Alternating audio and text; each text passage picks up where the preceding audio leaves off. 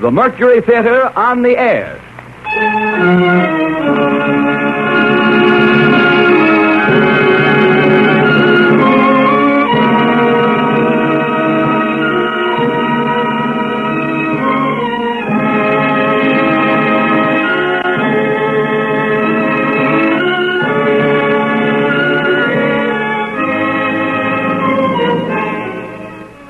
No theatrical organization has done more in recent years to stimulate interest in the American stage than the Mercury Theatre, whose outstanding productions of last winter under the direction of Orson Welles were the sensation of the theatrical season.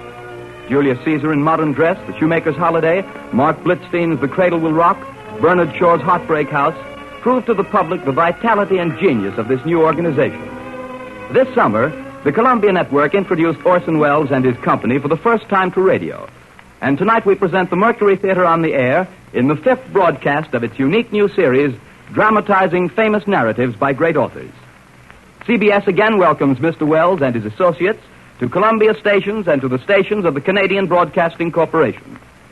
And here is Orson Welles to tell you about these stories himself. Mr. Welles. Good evening. Tonight, as you were duly warned last week, we are trying out something altogether new. We're telling 3 stories instead of 1. 3 short stories instead of a single long one. Stories about love and ghosts and horse races. 3 stories in the first person singular about young people for grown-ups. I'm a Fool by Sherwood Anderson is the first of the 3.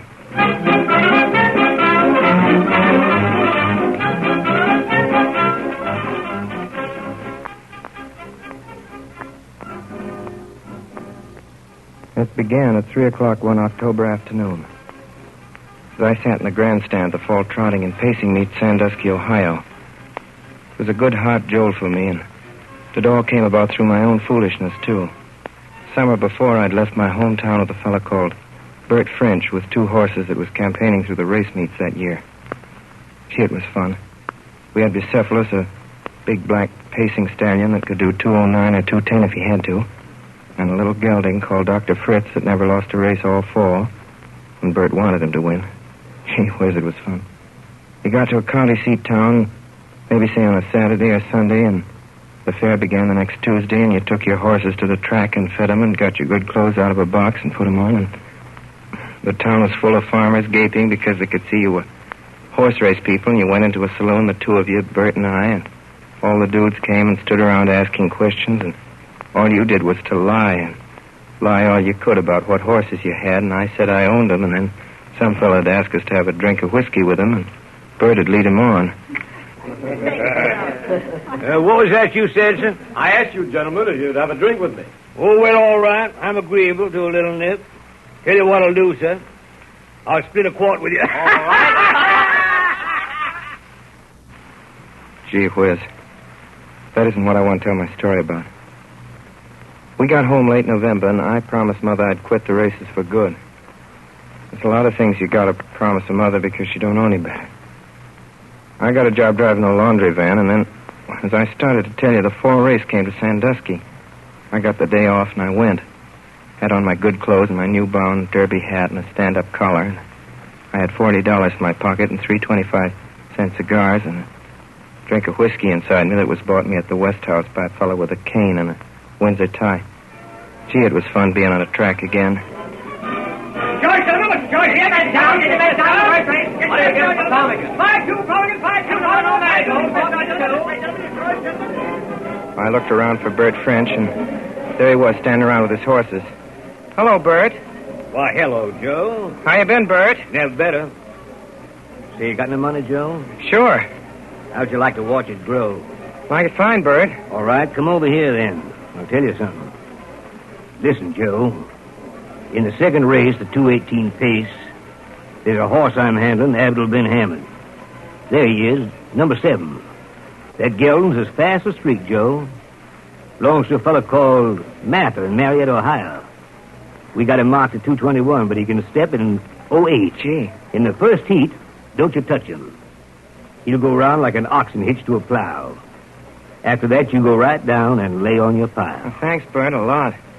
Have a cigar? Why, thanks, Joe.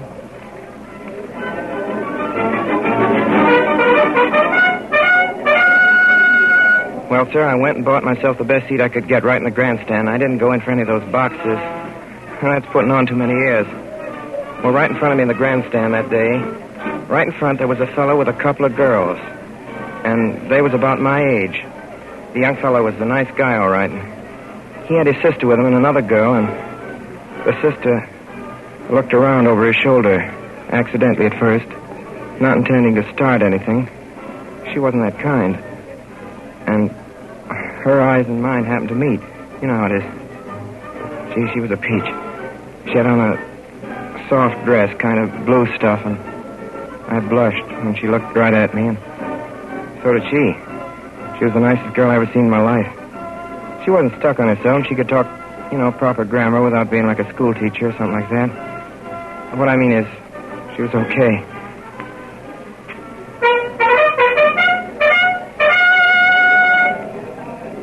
And then, pretty soon the horses came out for the 2:18 pace, and there was Bert's horse in among the rest. What have we bet on this time? What do you say? You know as much about it as I do. What about the brown one there with the long tail? Hank, ma'am, that mare couldn't beat a streetcar. Well, they looked up kind of surprised. But they didn't seem mad. And anyway, I'd done it now, and I might as well go on. There's a horse in this race, number 7, that's as fast as streak. Abdul Ben Hamid. Is that a horse's name? That's right. Abdul Ben Hamid. But look, don't you go letting on this first heat, because... Don't bet on him, because he'll pace it like a lame cow. You see if he don't. But when the first heat is over, go right down and lay a pile on Abdul Ben Hamid. He'll come right out and skin him alive. Will he really? That's the dope. Well, that's what I told her. Gee, you should have seen the way they looked at me. And then you know what she did? Gee whiz. She asked this man that was with her, Wilbur. Well, she asked him, and there was a fat man sitting beside the little girl that had looked at me twice by this time, and I had heard both blushing, and what did that young fella do but have the nerve to turn and ask the fat man to get up and change places with me so I could sit with his crowd? I want you to meet Miss Eleanor Woodbury. Pleased to meet you. And this is my sister, Lucy Wesson. My name's Wilbur. I suppose it was their having such swell names.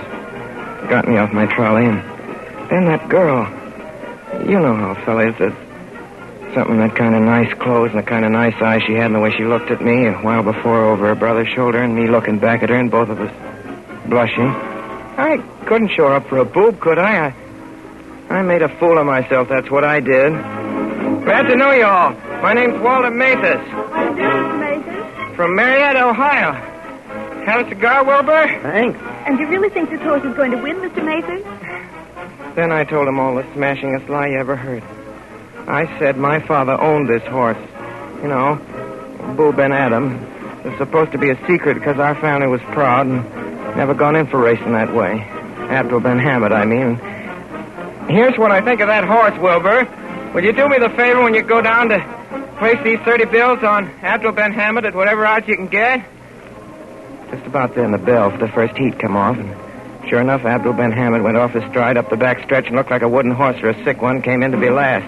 See, folks, what'd I tell you? Like a lame cow. You certainly were right, Mr. Mason. Then this Wilmer Weston went down to the betting place onto the grandstand, and this Miss Woodbury with him, and Lucy Weston and I was left alone together, like on a desert island.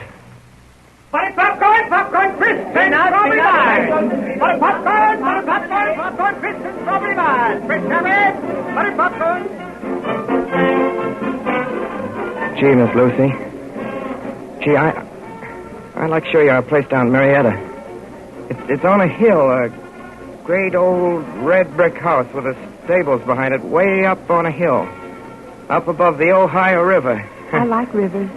Her eyes were shining, and then she kind of, with her shoulder, you know, kind of touched me. Not just tucking down. I don't mean that. You know how a woman can do. They get close, but not getting gay either. You know what they do.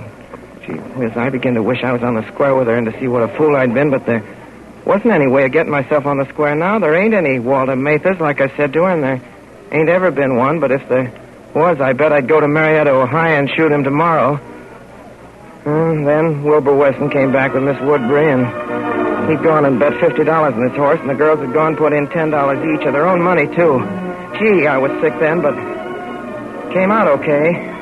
Then Adam stepped the next 3 heats like a bushel of spoiled eggs going to market before they could be found out. There he goes! Look at him, Mr. Mason. Look at him coming up. I will Hamid. No, he's turned. There he is. Coming up. Abdul bin Hamid. Second, Mr. Mason. He's going to win. He's going to win. He's winning. He's winning.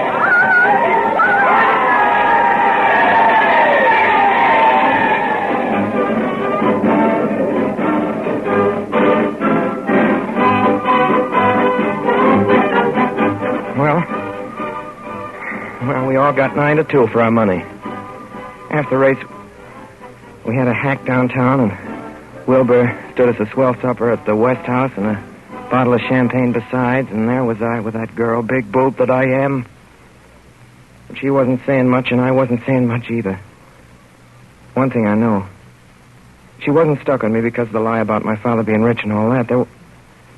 There's a way, you know. Crap some money. There's a kind of girl you see just once in your life. You don't get busy and make hay, then you're gone for good, and all you might just as well go jump off a bridge, because what it means is you want that girl to be your wife, and you want nice things around her, like nice flowers and swell clothes, and you want her to have the kids you're going to have. You want good music played and not ragtime. Gee whiz. Well, there's a place over near Sandusky across a kind of bay, and it's called Cedar Point, and after we'd had supper, we went over to it in a launch. Just the 4 of us. By ourselves. What time does the train leave, Wilbur? 10:40. And is that the last train? Yeah, that's the last train. Oh, Shaw.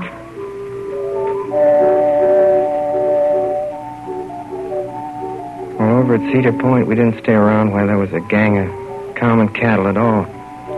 The big dance halls and dining places for yaps, and there was a beach you could walk along and get where it was dark. We went there. She didn't talk hardly at all. And neither did I. I was thinking how glad I was my mother was all right. Always made us kids learn to eat with a fork at table and not spill soup and not be noisy and rough like a gang you see around a racetrack, you know, that way. Hey, Lucy! Lucy, we're going up the beach a ways. Are you coming? Go on ahead. We'll wait for you here. I feel kind of tired, don't you? Yeah. I guess so. Miss Lucy? Why don't we sit down a while? It's nice here. Lucy and I sat down in a dark place where there was some roots, old trees, and the water had washed up. Feel that wood, how smooth it is. It's like silk. Yeah. And there was a watery smell. And the night was like as if you could put your hand out and feel it. So warm and soft and dark and sweet, like an orange. After that, the time till we had to go back in the launch and they had to catch their train wasn't nothing at all. It went like winking your eyes. Lucy! Lucy, it's nearly 10. Lucy! I've got to go. We've got to go to the train now. Will you kiss me goodbye? She was most crying then. But she never knew nothing I knew. She couldn't be so busted up as I was. Gee whiz. Sometimes I hope I have cancer and die. Guess you know what I mean. We went in the launch across the bay to the train like that. And it was dark, too. What are you thinking about? Gee whiz. Only she knew. You know what I was thinking? What? I was thinking you and I could get out of this boat right this minute and walk on the water. Sounded foolish, all right. But I knew what she meant.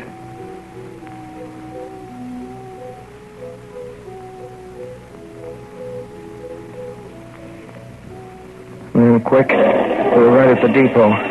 There was a big gang of yaps crowded and milling around like cattle, and how could I tell her? It won't be long because you'll rise and I'll answer you. I got a chance like a hay barn afire, a swell chance I got to answer her. Full hands up, gate, wide, green, go, midshipmen. All aboard. Yeah, and maybe she'd write me down at Marietta that way, and the letter'd come back. And stamped on the front of it by the USA, there ain't any such guy. Or something like that. Whenever they stamp on a letter that way. All aboard. Bye, Walter. Thanks for the tip-off. Bye. Bye. Goodbye. Bye. Bye. Goodbye.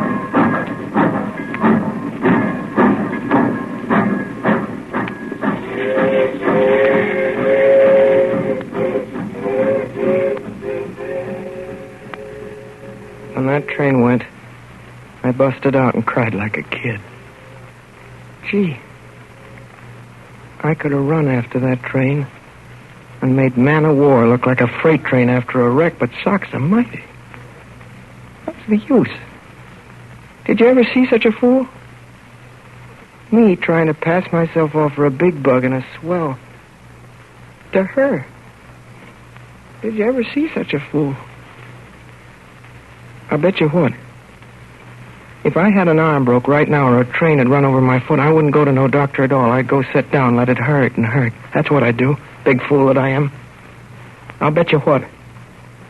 I bet you if I hadn't drunk that booze, I never been such a boob as to go tell such a lie. A lie that couldn't ever be made straight to a lady like her. I wish I had that fellow right here that bought me that drink. I'd smash him for fair gosh darn his eyes. He's a big fool, that's what he is. If I'm not another, you just go and find me one and I'll quit working and be a bum, give him my job. I don't care for working and earning and saving it for no such boob as myself.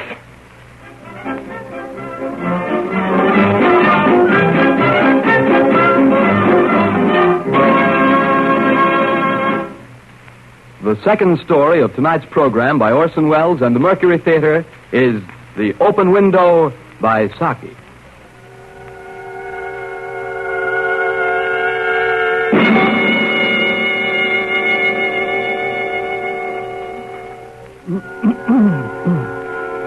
My name is Frampton Nuttall.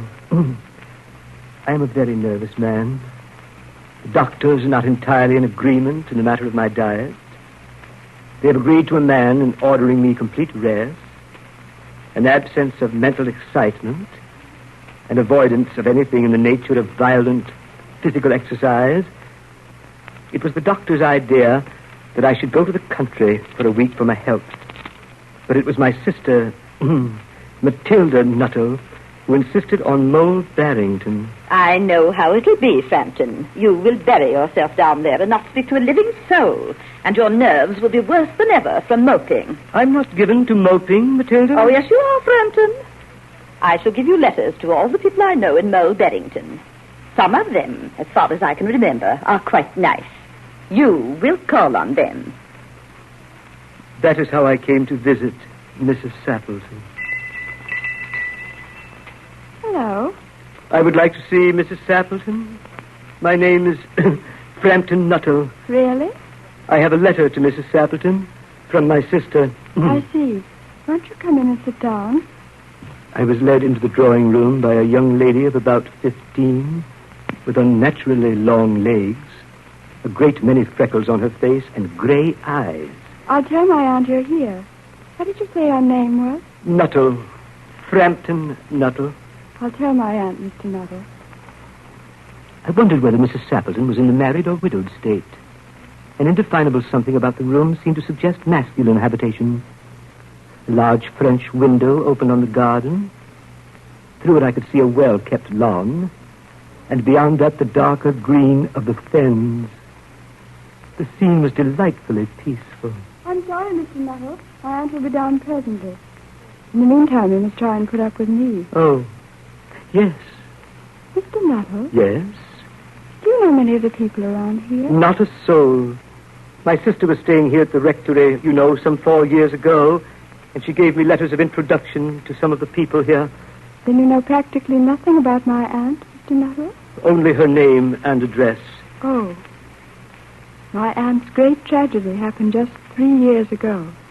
3 years ago. That would be since your sister's day. Her tragedy? Yes. We try not to talk about it. You You may wonder why we keep that window open on an October afternoon. Why, it's quite warm for the time of year. That's not why we keep it open, Mr. Neville. It hasn't anything to do with the tragedy, has it? Yes, it has, Mr. Neville. Out through that window, 3 years ago today, my aunt's husband and the 2 young brothers went off for their day's shooting. They never came back. In crossing the moor to their favorite snipe shooting ground, they were all 3 engulfed in a treacherous piece of bog. It had been that dreadful wet summer, you know, and places that were safe in other years gave way suddenly without warning. Their bodies were never recovered. That was the dreadful part of it. Oh. Poor aunt always thinks they'll come back someday. They and the little brown spaniel that was lost with them, and walk in at that window just as they used to do. That is why the window's kept open every evening till it is quite dusk. Oh. Poor dear aunt. She often told me how they went out. Her husband with his white waterproof coat over his arm, and Ronnie, her youngest brother, singing, Bertie, why do you bound like this? I said, Bertie, why do you bound? As he always did to tease her, because she said it got on her nerves. Do you know, sometimes on still, quiet evenings like this, I almost get a creepy feeling that they'll all walk in through that window. It was a relief when Mrs. Sappleton came into the room. Oh, I'm so sorry to have kept you waiting, Mr. Nuttall. I do hope Vera has been amusing you. She has been very interesting. It's so nice of you to come and see us, Mr. Nuttall. I do hope you don't mind the open window. Why, no. Open window? No. My husband and brothers will be home directly from hunting, and they always come in this way. They've been out for snipe in the marshes today, so they make a fine mess over my poor carpet. So like you men folk, isn't it? Do you hunt, Mr. Nuttall? It was horrible the way the poor woman's mind dwelt on the topic of hunting. I looked up and the girl's eyes caught mine. She shook her head sadly. I tried desperately to change the subject. I told her that I was in Mole Barrington for my health.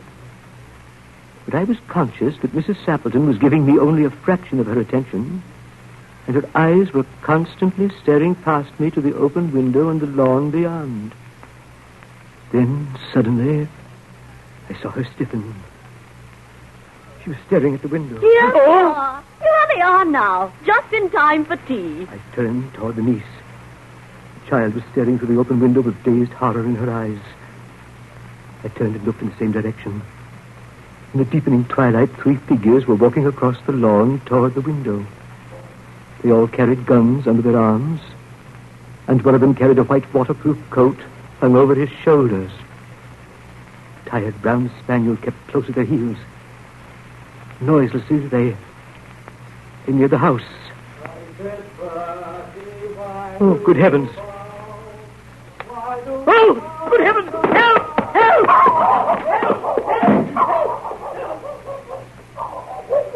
Lucy, who on earth was that bolted up the drive as we came in? That was Mr. Nuttall. I can't imagine what came over him. I expect it was a spaniel that did it. Mr. Nuttall told me he had a horror of dogs. Vera? Yes, Aunt Lucy. Vera, what did you say to Mr. Nuttall before I came into the room? Nothing, Aunt Lucy. Mr. Nuttall did all the talking. I didn't say anything. He told me the strangest things. He was once hunted into a cemetery somewhere on the banks of the Ganges by a pack of pariah dogs and had to spend the night in a newly dug grave with the creature snarling and grinning and foaming just above his head. Enough to make anyone lose their nerve, Aunt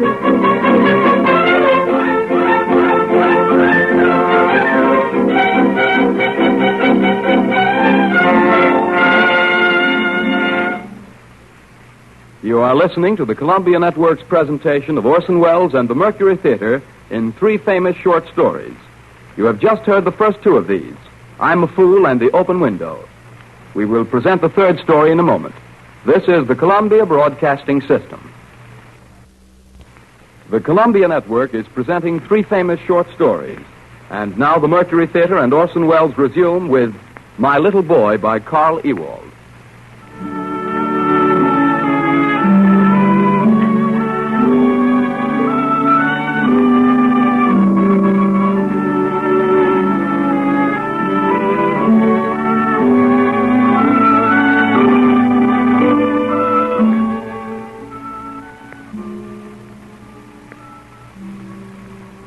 My little boy is beginning to live. Carefully, stumbling now and then on his little knock-kneed legs, he makes his way through the world, looks at everything that there is to look at, and bites at every apple, both those that are his due and those which are forbidden him. He is not a pretty child, but he is charming. His face can light up suddenly and become radiant. He can look at you with quite cold eyes. He has a strong intuition, and he is incorruptible. He has never yet bartered a kiss for candy. He has bad habits, too. He is apt, for instance, suddenly and without the slightest reason, to go up to people whom he meets in the street and hit them with his little stick. What is in his mind when he does so, I do not know. And so long as he does not hit me, it remains a matter between himself and the people concerned. He has an odd trick of seizing his words in a grown-up conversation, storing them for a while, and then asking me for an explanation. Father? Yes? What is life?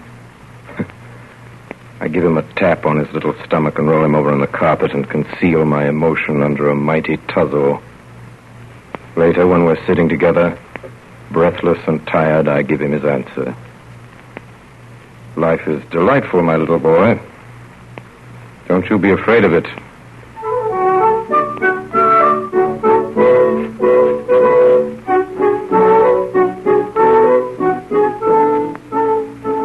My little boy is given a penny by Mary the cook, with instructions to go to the baker's and buy some biscuits. I stand at my window and see him cross the street in his slow way and with bent head. Only he goes slower than usual, with his head bent more deeply between his small shoulders. He stands long outside the baker's window, where there is a confused heap of lollipops and chocolates and sugar sticks. Then he lifts his hand, opens the door, disappears, and presently returns with a paper bag, eating with all his might. And I, who, heaven be praised, have myself been a thief in my time, go all over the house and give my orders. My little boy enters the kitchen. Put the biscuits on the table. He stands still for a moment and looks at Mary and at the table and at the floor. Then he goes into the living room where his mother is sitting. You're quite a big boy now that you can buy biscuits for Mary. His face is very long. He says nothing. He comes quietly to me, sits on the edge of a chair. Hello. Hello. You've been over the way at the baker's. What'd you buy at the baker's? Lollipops. Oh, well, I never. What fun.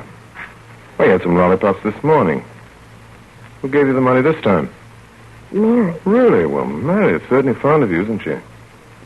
Remember the lovely ball she gave you for your birthday? Father,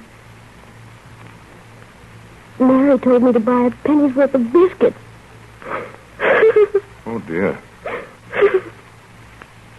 It is very quiet in the room. My little boy cries bitterly, and I look anxiously before me and stroke his hair. Well, you fooled Mary badly. She needs those biscuits, of course, for cooking. She thinks they're on the kitchen table, and when she goes to look, she won't find any. Mother gave her a penny for biscuits. Mary gave you a penny for biscuits, and you go and spend it on lollipops. What are we going to do? If only we had a penny, then you could rush across the street and fetch the biscuits. Father, there's a penny on Mother's writing table. Oh, is there really? Oh, no, I'm afraid that's no use to us, my little boy. That penny belongs to Mother. The other was Mary's. People are so terribly fond of their money and get so angry when you take it from them. I can understand that, for you can buy such an awful lot of things with money. You can get biscuits and lollipops and toys and clothes and half the things in the world. And it's not so easy to make money either. Now, Mary, she has to spend the whole day cleaning rooms and cooking dinner and washing up before she gets her wages. And out of that, she has to buy clothes and shoes. And you know she has a little girl whom she has to pay for at Mrs. Olson's. She must certainly have saved very cleverly before she managed to buy you that ball for your birthday. Father, haven't you got a penny? Here's my purse. Look for yourself. Not a penny in it. Spent the last this morning. We walk up and down. We sit down and get up and walk about again. We're very gloomy. We're bowed down with sorrow and look at each other with great perplexity. There might be one hidden away in a drawer somewhere. Oh, yes. If only we could find a penny. Oh, here's one. Hooray. Look, Father. A penny. Hooray! It's a penny. Hurry now. You go this way through my door. Then run back quickly up the kitchen stairs with the biscuits and put them on the table. I'll call Mary so that she doesn't see. We won't tell anybody. He's down the stairs before I've done talking. I run after him. Hey there! Hey! Wasn't it a splendid thing we found that penny? Oh, yes, yes. And he laughs for happiness. And I laugh too. His legs go like drumsticks across to the baker's. From my window, I see him come back, running with red cheeks and glad eyes. He's committed his first crime. He's understood it. He has not the sting of remorse in his soul, nor the black badge of forgiveness on his cap. The mother of my little boy and I sit until late at night talking about money, which seems to us the most difficult matter of all. For our little boy must learn to know the power of money and the glamour of money and the joy of money. He must earn much money and spend much money. Yet there were 2 people yesterday who killed a man to rob him of $4.37.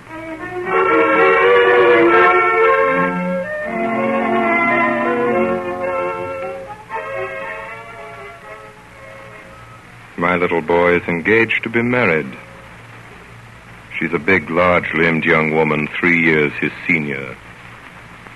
Her name is Gertie. By a misunderstanding, however, which is pardonable at his age and, moreover, quite explained by Gertie's appearance, he calls her Dirty. Little Dirty, and by this name she will be handed down to history. I want a girl for myself. Quite right, my boy.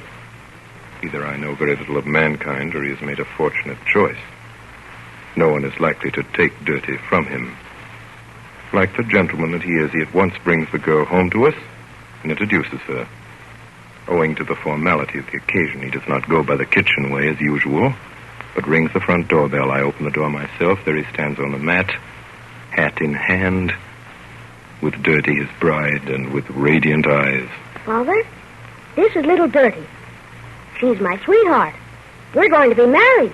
That's what people usually do with their sweethearts. Come in, Dirty, and be welcomed by the family. Wipe your feet, Dirty. The mother of my little boy doesn't think much of the match. Why, she's a perfectly dreadful little thing.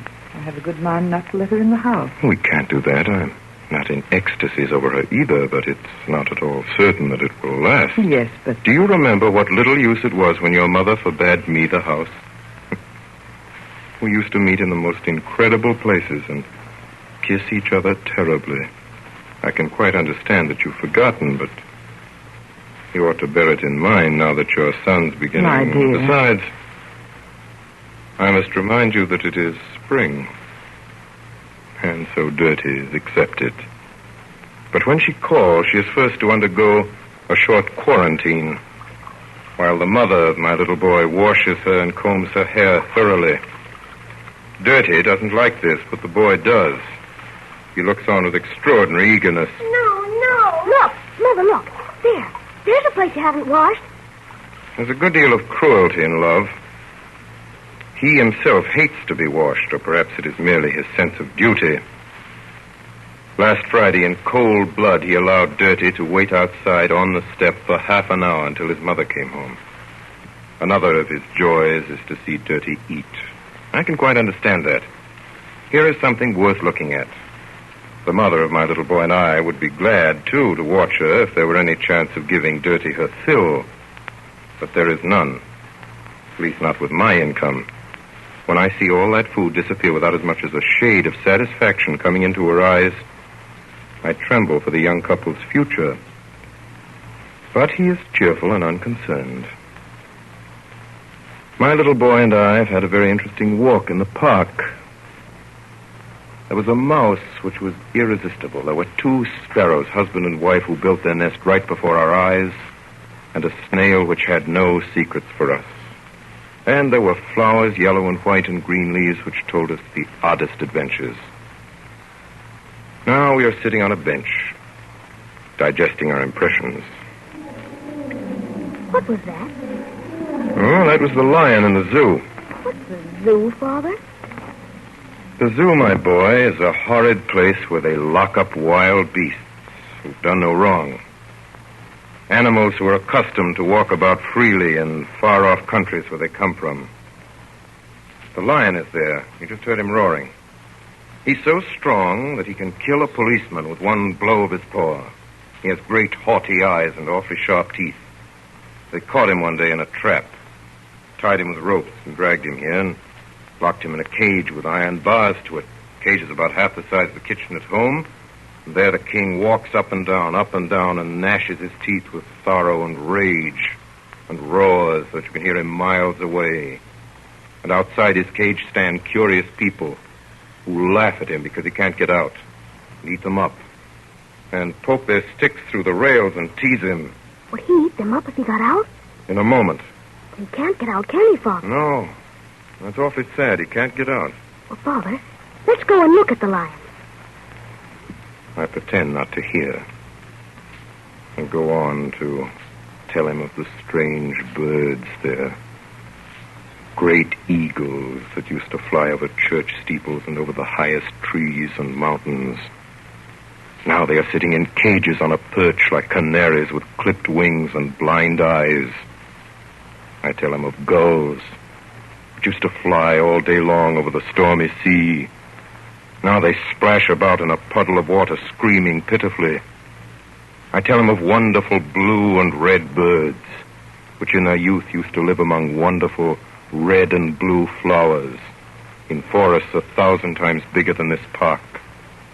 Now they sit there in very small cages and hang their beaks while they stare at tiresome boys in dark blue suits and black stockings and rubbers and sailor hats. Are these birds really blue? Sky blue and utterly broken-hearted. Father, can't we go and look at the birds? I don't think we will. Why should more silly boys go and look at them? You can't imagine how it goes to one's heart to look at those poor captive birds. Father, I should so much like to go to the zoo. Take my advice and don't. The animals there are not the real animals you see. They are ill and ugly and angry because of their captivity, and their longing and their pain. But I should like so much to see them. Now, let me tell you something. To go to the zoo costs 5 cents for you and 10 cents for me. That makes 15 cents altogether. That's an awful lot of money. We won't go there now, but we'll buy the biggest money box we can find. One of those money boxes shaped like a pig. Then we'll put 15 cents in it, and every Thursday we'll put 15 cents in the pig. By and by, that'll grow to be quite a fortune. Such a fortune that when you're grown up, you can take a trip to Africa yourself, into the desert, and hear the wild, the real lion roaring and tremble just like the people tremble down there. Father, I'd rather go to the zoo now. Shall we go and have some ice cream at Josty's? I'd rather go to the zoo. You're not going to the zoo. Now we'll go home. And home we go, but we're not in a good temper. Of course, I get over it and buy him an enormous money box pig. We put the money into it, and he thinks that most interesting. But later in the afternoon, I find him in the nursery, engaged in a piteous game. He has built a cage in which he has imprisoned the pig. He is teasing it and hitting it with his whip. Can't get out and bite me, you stupid pig. You can't get out, do you hear? You can't get out. You can't get out.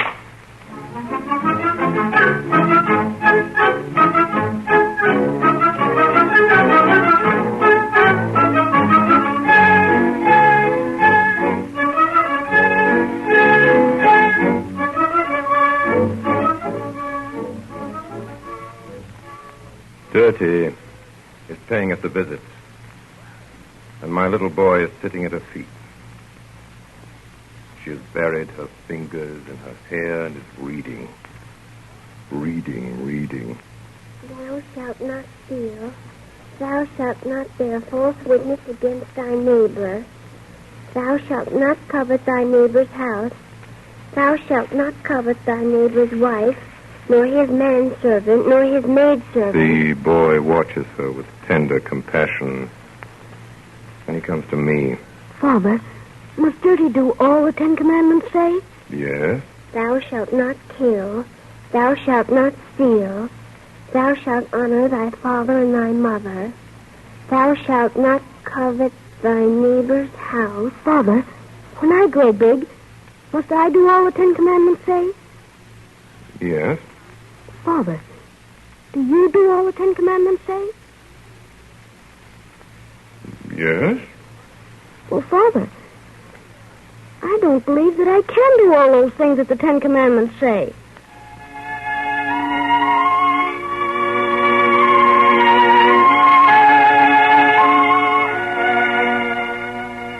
There is a great hullabaloo among the children in the courtyard. I hear them shouting something, and I go to the window and see my little boy in the front rank of the ruffians, screaming, fighting with clenched fists, without his cap.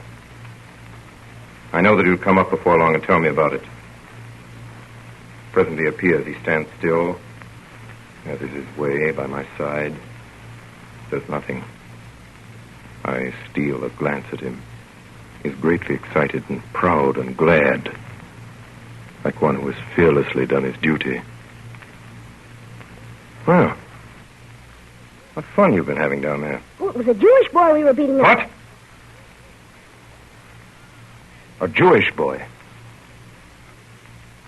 Were you beating him up? Yes. What had he done? Nothing. He seems puzzled. I look so queer suddenly. Now I snatch my hat and run out of the door as fast as I can. Come! We must find this Jewish boy and beg his pardon. What's that? My little boy hurries after me. He does not understand a word of it, but he is terribly in earnest. What's his name? Nathan. Nathan! There's nobody in the courtyard. We go out in the street. Nathan! All in vain. The Jewish boy and his persecutors are blown away into space. So we go and sit up in my room again. Well, nothing to be done now. Hope you will meet that Jewish boy someday so that you can give him your hand and ask him to forgive you. You must tell him that you did it only because you were stupid. But if another time anyone does him any harm, I hope you'll go in and help him and beat up the other fellow as long as you can move a limb. Yes, Father. I can see by my little boy's face that he is ready to do what I wish. So now I have to explain. Now, let me tell you. The Jews are by way of being quite a wonderful people. You remember David, about whom Dirty reads at school? He was a Jewish boy. And the child Jesus, whom everybody worships and loves, although he died 2,000 years ago. He was a Jew, too.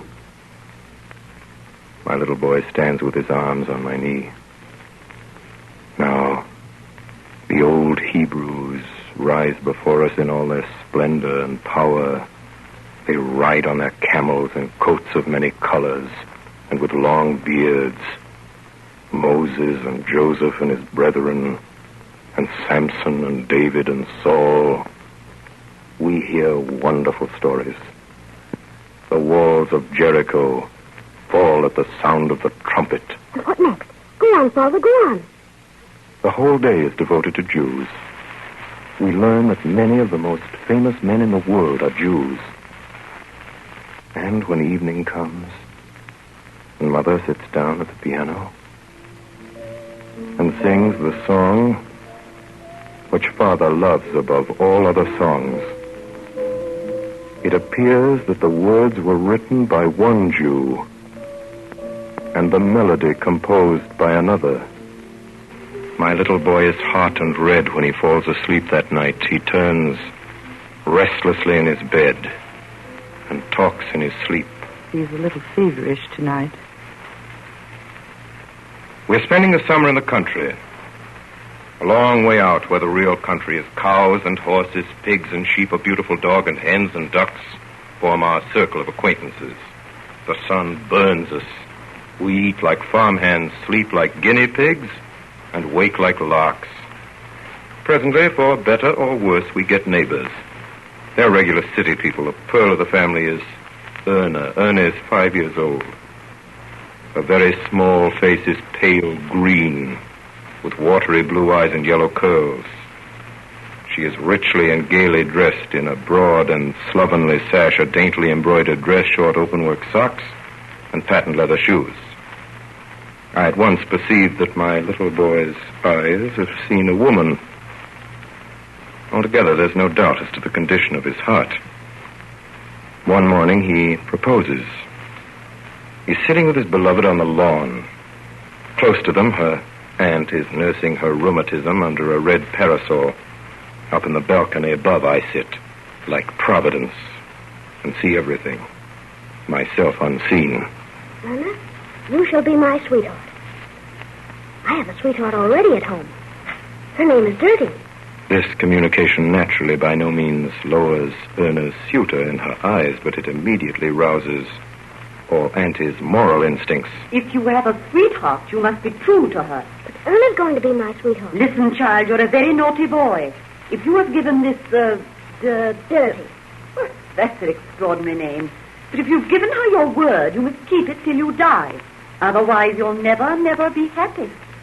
My little boy understands not a word and answers not a word, but later, after lunch, he comes up to where his mother and I are sitting, puts his hands in his pockets, looks straight before him. Father, can't you have two sweethearts? The question comes quite unexpectedly. At the moment, I don't know what to answer. Well? I pull my waistcoat down and my collar up. Yes. Yes, you can have two sweethearts. But it is wrong. It leads to more fuss and unpleasantness than you can possibly imagine. Are you so fond of Erna? Yes. Do you want to marry her? Yes. Well, then, the thing is settled. We'll write to Dirty and give her notice.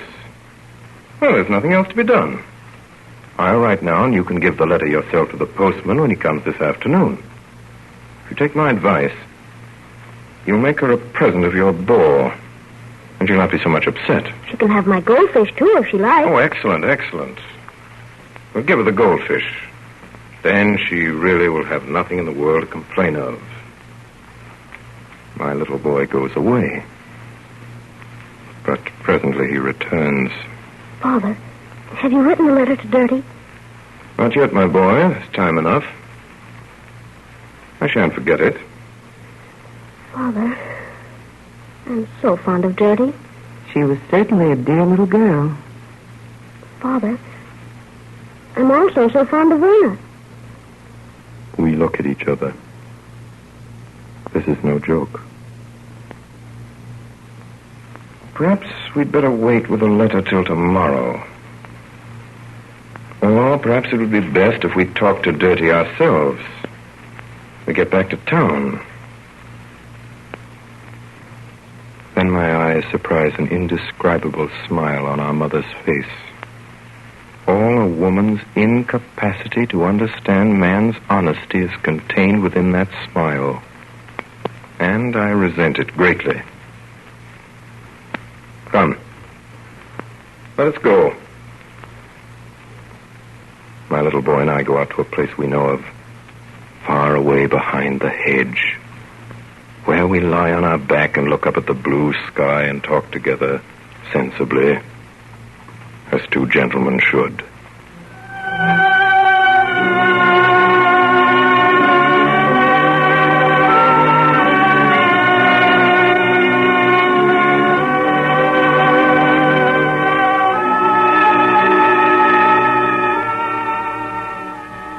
My little boy is going to school. We can't keep him at home any longer, says his mother. He himself is glad to go, of course, because he doesn't know what school is.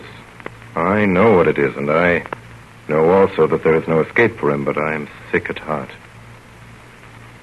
So we go for our last morning walk along the road where something wonderful has always happened to us. We sit down by the edge of our usual ditch, and suddenly my heart triumphs over my understanding. I just want to tell you that school is a horrid place. You can have no conception of what you'll have to put up with there. They will tell you that 2 and 2 are 4. Mother's taught me that already. Yes, but that is wrong. 2 and 2 are never 4. Only very seldom. And that's not all. You will never have any more time to play in the courtyard with Einar. When he shouts to you to come out, you'll have to sit and read about a lot of horrible old kings who've been dead for hundreds and hundreds of years, if they ever existed at all. Which, for my part, I simply don't believe. My little boy doesn't understand me. But he sees that I am sad. Puts his hand in mine. Mother says that you must go to school to become a clever boy. Mother says that Einar is ever so much too small and stupid to go to school. I bow my head and nod and say nothing. I take him to school. See how he gallops up the steps without so much as turning to look back at me. Here ends this story about my little boy. What more can there be to tell? He's no longer mine. I have handed him over to society. There was nothing else to be done. Really? Was there nothing else to be done? I wonder. Small boys have a bad time of it, you know. They had a worse time of it in the old days. That's poor comfort. The world is still full of parents and teachers who shake their stupid heads and turn up their old eyes and cross their flat chests with horror at the wickedness of youth. Children are so disobedient, they say, so naughty, so self-willed, and talk so disrespectfully to their elders. And what do? We who know better. We do what we can. She says it in such a way, and looks at me with 2 such sensible eyes. They're so strong and so true that I suddenly think things quite well for our little boy. And I become quiet and cheerful like herself. Those teachers of his better look out, though. My little boy, for all I care, may take from them all the English and geography and history that he can, but they shan't throw dust in his eyes about the important things. I shall keep him awake, and we shall have great fun finding them out. And I shall help him with his English and geography and history.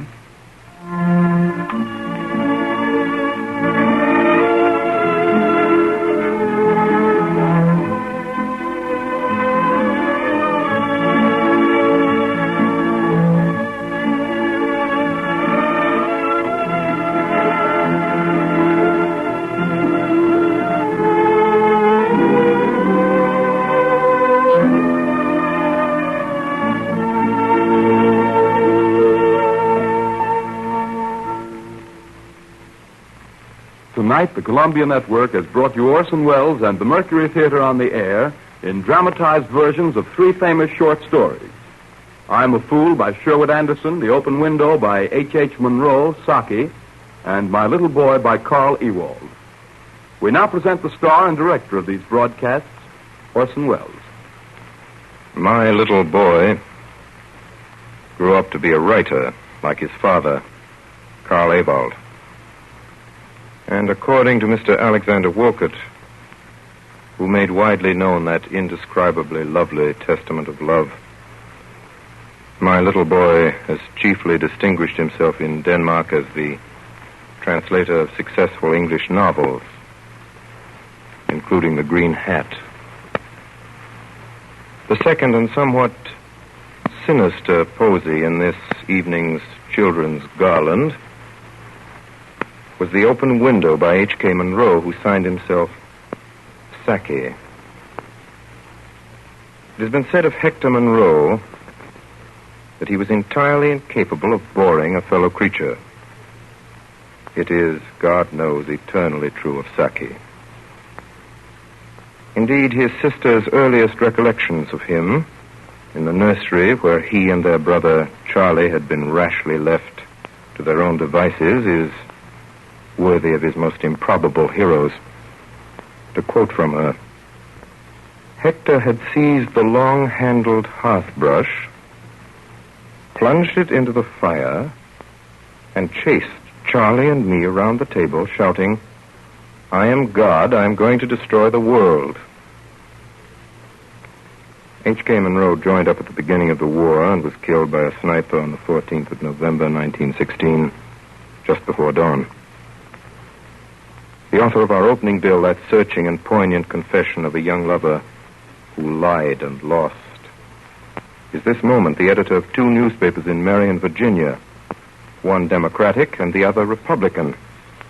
This virtually perfect condition of life is the happy ending of a career that commenced surprisingly and suddenly one hot afternoon when Mr. Sherwood Anderson was the manager of a paint factory in Elyria, Ohio.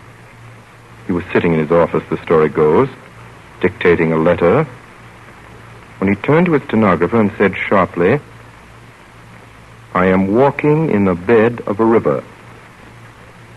He then put on his hat and walked out of the paint factory and also out of Elyria, Ohio, never to return. But Sherwood Anderson never forsook his native state. Not really. After all, nothing could be more faithful to it than I'm a Fool. Well, next week, Charlotte Bronte's Jane Eyre. Till then, thanks, everybody, and good night.